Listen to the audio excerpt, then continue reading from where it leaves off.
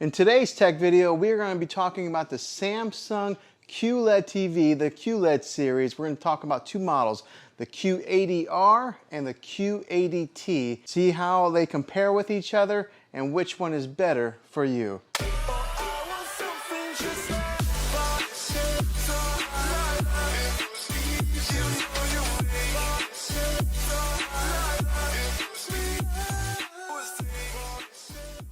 Hey guys, Juan here. Thanks for stopping by my channel and checking out this video. So I'm a big fan of the Samsung TV series, especially the QLED series. I'm a big fan of Samsung's TVs. I think they just make a great product amongst the many brands that are out there making high-end televisions. And today we're going to be talking about two different types of QLEDs, all right? So we got the Q80R, which came out last year, and then you got the Q80T, which just came out this year. So I'm gonna be doing a comparison of those two models and see which one is better, see which one is good for you, because I imagine if you're watching this video, you're in the market to buy one of these. So let's go ahead and dive into the specifics of these TVs so that way you can tell which one you wanna purchase. And at the very end of this video, I'm gonna give you my opinion of which one I think is better. Now, a TV that I have here behind me is the Q80R.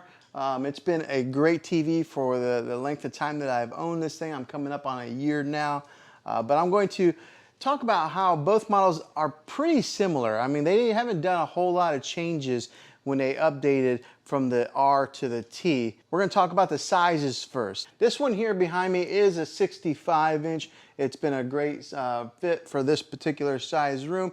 Everybody's rooms are going to be different, so depending on what size TV you're looking for. I know everybody wants to go big, you know, bigger is better, but not always the case. It's all depending on how far back you're sitting from the TV. But the Q80R came in a few specific sizes. It came in at a 55-inch, a 65-inch, a 75-inch, and then a weird size that was like an 82-inch. So it came in 4 different sizes. Now the Q80T came in with an extra size. So they have a 49-inch, which the other series did not have. So they added a little bit smaller QLED. They also have a 55-inch, the 65-inch, 75-inch, and then the 85-inch. So the Q80T does offer a extra size if you're looking to get more of a smaller screen in the QLED line of series. Now, both TVs do have that 120 hertz refresh rate, and they support that VRR to reduce the screen tearing when gaming. So if you're a big gamer, you don't have to worry about it when it comes to these TVs. They are great for gaming. Now, if you're an avid watcher of movies like myself, I love watching all the latest and greatest movies, or maybe you binge watch Netflix and you have favorite TV shows, maybe you do play video games, HDR movies, HDR gaming, or if you're even a PC user or a Mac user and you want to mirror your screen, these QLED TVs are great for all those different types of mediums depending on how you use this television. All right, so now we're going to talk a little bit about the stands that support these TVs here. So this is the Q80R, and this one has 2 legs right here that support it on either side. They're really like a 90-degree angle that kind of come down like that. The Q80T did change it up a little bit by putting what it's called a VESA mount that goes directly into the center of the TV and then supports it right in the middle. So I guess that's based on preference when it comes to that. Do you want one that has 2 legs on either end or one that has it in the center? To me, I would think that the one that had the legs on either end would support it a little bit better from rocking or tilting, but I think you'll be fine either way. Now, on the back of the TVs, they are nearly identical. The only difference being that the Q80T has holes in the middle to put that VESA center stand. Now, the borders on this screen here are nearly identical when it comes to the Q80. As you can tell, there's not a whole lot of border around here, giving you that edge-to-edge display, which I think that's the way TVs are meant to be nowadays. If you do have a TV that's got a bigger display, you can tell that it's an older model. They're trying to go to where they eliminate all the edges completely, but I think on both displays, they have almost the same identical depth or measurement of edge display on both the 80R and the 80T. The Q80R has a 1.0 centimeters and the Q80T has a 0.9, so pretty much you can't tell a difference between that. It's not too big of a size difference. Now we're going to talk about the side inputs on these TV in case you are somebody who hooks up a lot of different devices to your TV.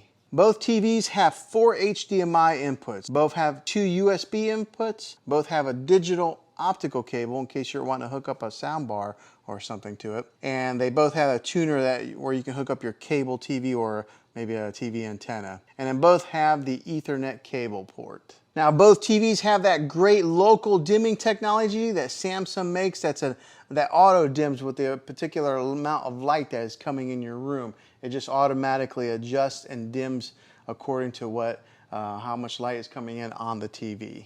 Now when it comes to the HDR peak brightness, the Q80R does edge the Q80T in this particular department. The Q80R comes in at an 8.5 versus a 7.5 on the Q80T. As far as viewing angles go, both TVs do great on being able to watch it from just about any angle in the room that you're watching the TV. So for example, I do have a chair that's right over here off to the side, and many times we're watching TV and that person that's sitting almost sideways to the TV can see this thing plenty fine. Most of our seating is over here on this side of the TV so we can look at it onward, but no matter where you are in the room, with both televisions, you're going to be able to see the screen without losing any clarity or brightness. Now let's talk about the remote controls a little bit. They are also identical with the same button layout, the color, and the size. They come pre-labeled with a Netflix button, an Amazon Prime button, and a Hulu button, making it easy to access all those controls with just a touch of a button. And they are small remotes. Now I don't want to dive into the specifics of the gradient picture ratings or the color volumes because this video is targeted more toward your average consumer like myself. So if you want to dig into all the main parts of the coloring and all like that, you can just check out a Samsung website. Now the major difference between these two TVs that may be the deal breaker is that reflective panel. So on here, if I have a lot of light coming into the room, it's going to reflect that light really well because this TV here, the QLED, was made so that if you do have a well-lit room, you can still watch your TV. What Samsung did is they brought out a new TV, like an 8K big TV. It's like their top of the line, their flagship TV. And in doing that this year, they took all their other models and kind of dumbed them down a little bit. So the Q80T doesn't have that reflective panel on it like the Q80R. So it's almost like they took a step back there. So that's the bad thing that Samsung did during this new year. So in doing that, that's the huge difference between these two TVs. So which one do I think is better? Still the Q80R because of that fact right there. Especially in my particular room setting here, I do have a lot of windows. And so I needed that reflection so that way I didn't see the light coming through here. And on that Q80T I would have. So that's why I recommend the Q80R. But either way, you're going to get a good TV if you buy either one. So if you do have a room that doesn't have a whole lot of windows, you'll be fine with the Q80T. But if it comes down to price and that's something that's very important to you, you may want to take a good look at the Q80R. So hopefully this video was helpful to you in the comparison of the Q80R and the Q80T.